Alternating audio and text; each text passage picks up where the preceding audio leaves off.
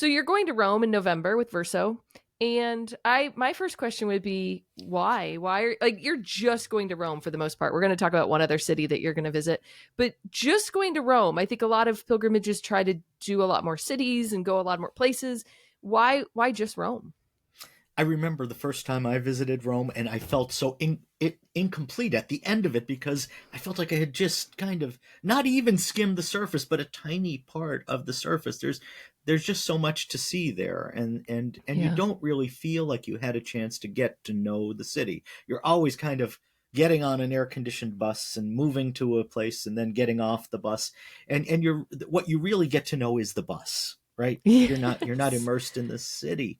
So what I wanted to do with this tour, and I've done this tour a few times, uh, Mhm. is really immerse people in the city. Do as much Yeah. of it by walking as possible, so that you see not only the big marquee sites in Rome, Yeah. but you also see these little chapels in out of the way places that are on the way between two major sites. Because if you go on a typical tour, uh, mostly what you're seeing is the place where you can park two buses, right? Yep. and Yep. and you kind of miss the city.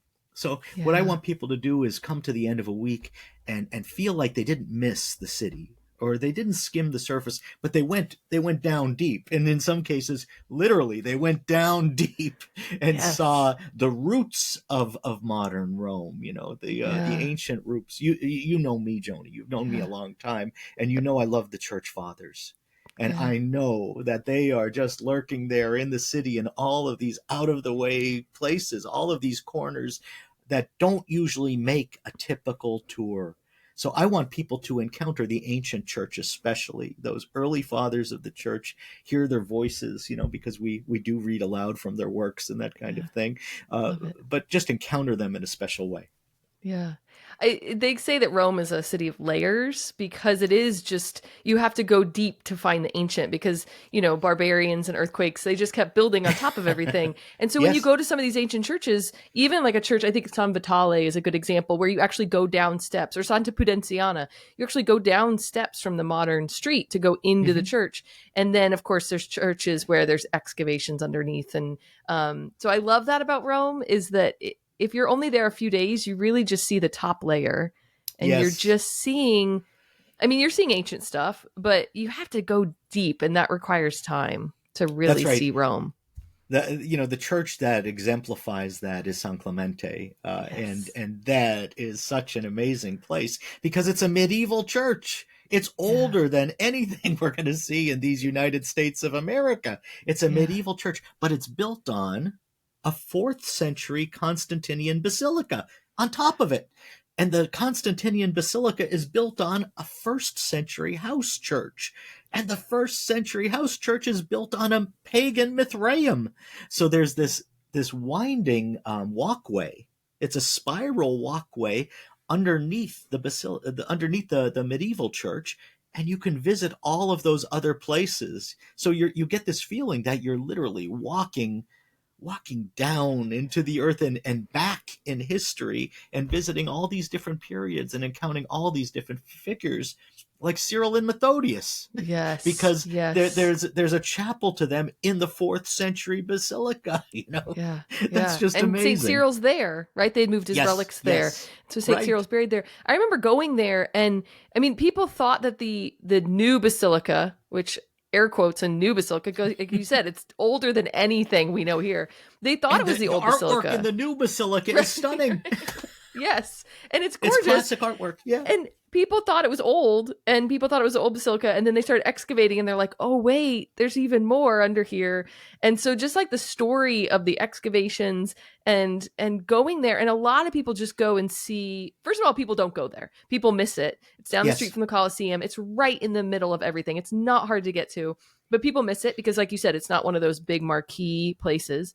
And then they just go and they look at the apse mosaic, which is absolutely gorgeous and stunning. And they're like, oh, this is nice. And then they leave. They don't go in the excavations, which are so worth it to go down. Yeah. You have to go down into it. Yeah, the two Um, places my children always counted as their favorites in Rome, because mm, I used to take one of them with me whenever I went to lead a tour. The two places they loved most were San Clemente and Ostia Antica, which is a national park. Before we start talking about Ostia, because I do want to talk a lot about Ostia, one thing about San Clemente, which is so perfect for your trip, because we're talking about Pope Clement. Mhm. So Clement, it was Clement's house, correct? It was Yes. Clement's Hmm. house. It's built over Clement's house. It's a perfect example of that house church in Rome, where the early church celebrated mass in people's homes, and then later they became known as kind of the house church of Clement, because that's where Clement lived and that's where they celebrated mass. So I mean, correct me if I'm wrong. Peter could have celebrated mass there, correct? Yes. In the house Oh, church. I think he quite likely did, and It, Paul as well.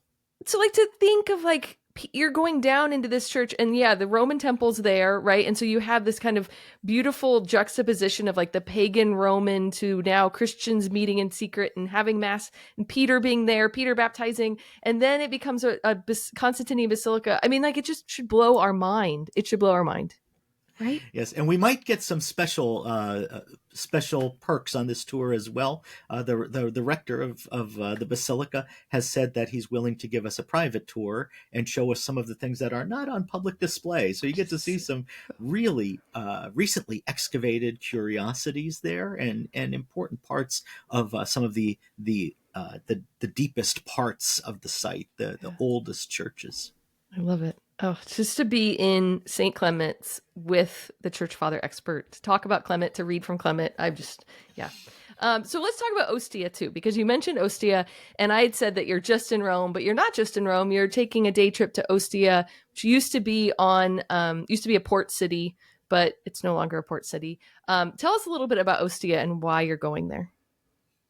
Well, it's a national park. It's an Italian national park, and it's an archaeological site, major archaeological site. Ostia was the port city of Rome. So anyone who was visiting Rome, like St. Paul, he had to come in through Mm. the harbor at Ostia. It was an artificial harbor that was dredged out twice a year by slave labor. Well, once Oh, slave labor moved away from Rome after Rome had become vulnerable and breached eventually, well, the harbor filled in. And eventually the town kind of silted over because it fell into disuse. mm. It became a ghost town and it just silted over. So in the last 100 years or so, they've been digging this out of the muck, this town. And what's amazing is how different it is from everything else you're going to see when you visit Mm. Rome. The Mm. Colosseum is striking. It's this first century artifact, really, this gigantic artifact that's in the middle of a modern metropolitan intersection, Yeah. right? The buses are driving by. Yeah. Yes, yes, and vendors outside, all these guys, who want you to take your picture with them in costume. But Ostia Antica is a national park. It's preserved, and the buildings are intact as they were at the time. So you see the baths, you see the amphitheater, you see the Christian basilica, you see the cemetery, you see the fish market, you walk into a tavern, all of these Yeah. things, and you see those places as they were in the 4th or 5th century because it's a ghost town. And these have Yeah. remained intact because they silted over. Yeah. Ostia is also the site of some of the great works of the Church Fathers. Uh, uh, Minucius Felix's work Octavius is set entirely in that resort town, that harbor town of Ostia, and one of the greatest works in antiquity is Saint Augustine's Confessions, and the greatest scene in Augustine's Confessions takes place in Ostia, in what's now Ostia Antica, ancient Ostia. So there is the death of Augustine's mother and their last conversation, and it's this mystical event, really. Mm-hmm. So we go to a typical house in Ostia where they would have been staying. We read that passage from the Confessions there, and then we do what Augustine did after his mother died. He was grieving and he was depressed, and he walked to the baths. Well, we can walk to the baths Wow. from the houses, and then we can go to the basilica where his mother's funeral was, and usually we offer mass there. We have mass in the ruins of the ancient basilica where this would have happened, where this would have taken place, and we'll have confessions, and we'll continue to read from his book while we're there. Ostia is just such an immersion. That's another one of the places my children loved when I was taking them there.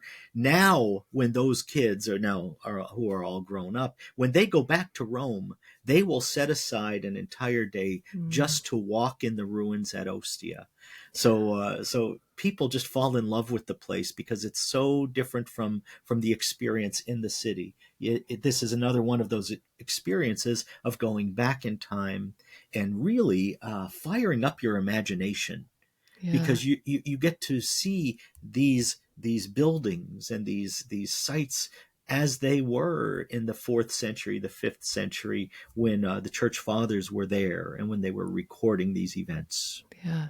To remember that this isn't just a story. Like Augustine's Confessions, like when you reenact it, you Yeah, reenact this walk, you remember, oh, this really happened and these were real people. yeah. And I loved Ostia. Some people said, oh, it's like Pompeii without the volcano. But And without I the crowds, and with that's the thing. I felt it was very different because it was peaceful it's and quiet. there were no crowds and you could really it made actually entering into the moment even easier because you could you didn't deal with the tourists and the it was yours in a Yeah. sense when you were there and I I have loved it. never been there when there was any kind of significant crowd. Yeah. It's just a quiet, peaceful place. And of course, Saint Monica was there, and she died there. And quite recently, they found her tombstone, quite by accident. Wow. And so the tombstone is in a chapel in the cathedral just across the street. So we'll visit Wow. all these It's places. beautiful. And then they took St. Monica's body to Rome and you're going there as well. Right, that's right. The Church of Sant'Agostino, which also has some classic works of art too. Yeah. You get me Yeah. going on this, Joni, and I get excited already for the trip. Yeah. I love it because that's another San Agostino is one of those churches that like some people may go because there's a Caravaggio. Like some people may Yes, go for St. Monica. Some people may go to pray. There's a statue for women who are experiencing difficulty in pregnancy. But a lot of people just miss it altogether, even though it's right off Piazza Navona. And that's so right. just to go back to what you said at the beginning, a lot of these trips to Rome is really an experience of the bus. Yes, And this is going to be very different than that. I'm excited. absolutely, absolutely. I'm excited Yeah. about it. I can hardly Yeah. wait. Yeah. When my first trip to Rome, we saw the Colosseum by a bus. Like we drove by and we're like, oh, there's the Colosseum. That's the only time we saw it on the whole trip. And Hmm. I mean, I'm not a huge, like, yeah, it's nice to at least see it, right? Not from a bus. And we were there in Rome for like 3 days and we didn't, we saw the highlights, but I never got a feel of the city until I went back and walked it. Yeah. So I'm just such a fan of walking and getting lost in the little back streets that all end up connecting and you just walk into Piazza Navona and you're like, how did I get here?